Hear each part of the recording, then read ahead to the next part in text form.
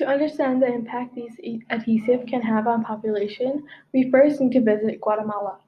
Guatemala has the sixth highest rate of chronic malnutrition in the world, at 47%, reaching close to 70 in regions that are mostly indigenous.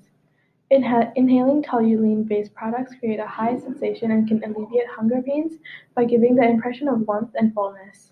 Some companies have attempted to reduce the desirability of their adhesive products by either removing the toxins completely and creating water-based adhesives, or, in the case of one company that makes glue for model airplanes, adding mustard oil.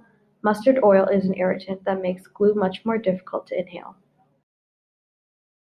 However, some companies are uninclined to change their formula, including the US-based multinational corporation H.B. Fuller. Another Central American country, Honduras, passed a law in 1989 requiring mustard oil to be added to toluene-based product.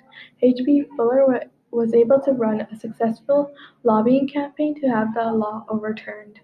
Now we're going live to Minnesota with Tansen, who is currently with Ruth Polanco, sister of Joel Polanco, fighting this human rights violation on behalf of her brother and all those who have been impacted by these adhesives. Hello, HRTS Newswatch viewers. I'm here with Ruth Polanco.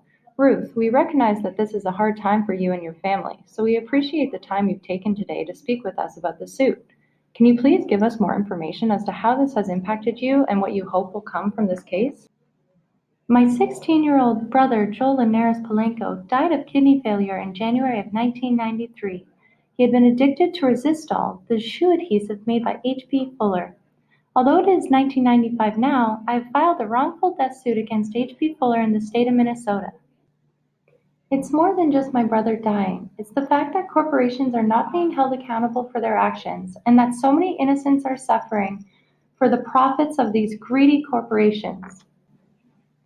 The suit alleges that H.B. Fuller contributed to Joel Polanco's death by designing, manufacturing, and marketing a product that was an attractive nuisance to children, and that although they knew this, they did not take any steps to curb this desirability. As you can see, one of the difficulties in bringing a lawsuit against a multinational corporation is that they have subsidiaries in multiple countries. H.B. Fuller owns 95% of the Panamanian corporation Cativo, which in turn owns all the stock in Fuller Guatemala, a Guatemalan corporation. Now, back to the newsroom.